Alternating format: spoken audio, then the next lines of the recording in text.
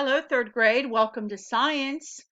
And of course, science and snow, they kind of go together. And I don't know about your house, but it's beautiful right now at my house. I look out the window and I see the trees covered with snow and the ground and my bird feeder. It's just a beautiful, looks like winter wonderland here. All right, so hopefully you have followed the instructions on the slide and you've read pages 5, 6, and 7. Let's go back and review a little bit. So our question is this: how are vertebrates and invertebrates different? So you think in your mind, tell me the answer, and I will wait. Vertebrates have what? Good, backbone. Invertebrates have what? No backbone. Excuse me, perfect, yes. So some examples of invertebrates are things like the octopus that we watched the video, and I am going to give you the link to the video if you want to watch it again or show your parents. It is a cool video.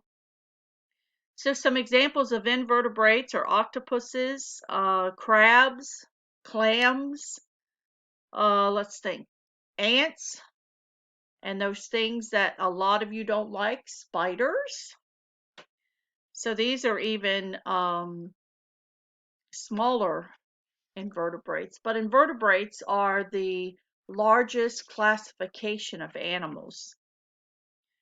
So some invertebrates, as your reading said, live on land, some live in water, but wherever they live, they have one thing in common.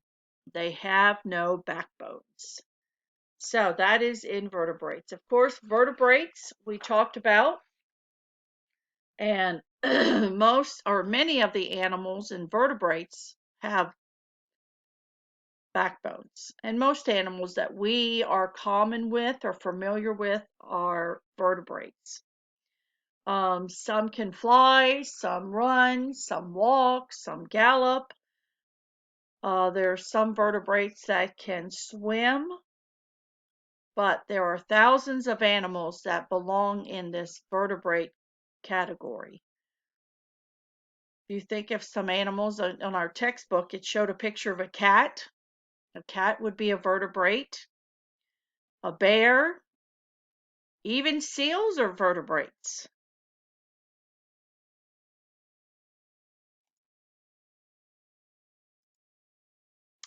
Okay, then the next question, what does warm-blooded mean? And again, these are parts of our vocabulary terms that we need to know. So warm-blooded means what? You tell me.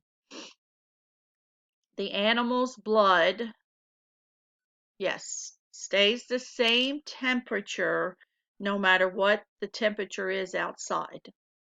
So warm-blooded, their temperature stays about the same. Then what do we talk when we're talking about cold-blooded? What is cold-blooded?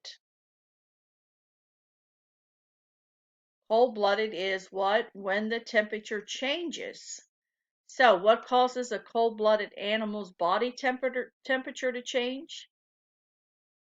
The weather. Right now, if we would put a cold-blooded animal outside, he would freeze to death because it's like at my house, I think it said it's 28 degrees. So he would freeze. My little gecko would freeze if I put him outside right now. But if I brought him inside where it's probably, I don't know, 70, 68, he would be okay. So know the difference between warm-blooded and cold-blooded. So vertebrates, there's two groups of vertebrates. There's what we call the warm-blooded or the endotherms. Those are animals with fur or feathers. Then there is the cold-blooded ectotherms, and those are animals with scales or smooth skin. And we'll get into more cold-blooded animals when we talk about fish, amphibians, and reptiles. So here's a science misconception. Some people think that cold-blooded animals do not have cold blood, neither, or I'm sorry, let me read this again. Cold-blooded animals do not have cold blood, neither do warm-blooded animals have warm blood. The term describes whether the body temperature stays the same or changes depending on the environment. So there's no, all of our blood is the same. Okay, there's no, well, geckos have cold blood, so they're cold-blooded. No, it depends on the environment that we're in as far as cold-blooded goes. All right, so what does it mean when we say an animal is cold-blooded? We just talked about that. It just means that their body temperature can change. So you were supposed to do activity manual page 2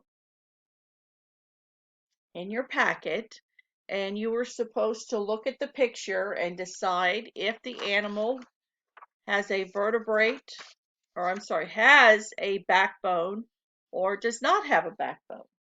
So take out your packet and score this according to the answers here on our page. And hopefully you got those correct. Then I'm ending with it here. This is the video link for the octopus video. And then this here is a link that it's a good video that it's about 6 minutes long, and it goes through and describes all of the different classifications of vertebrates and invertebrates.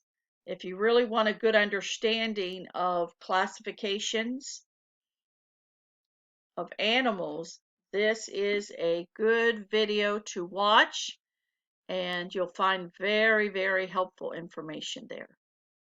All right, so as you watch these 2 videos, enjoy them, and I will talk to you later.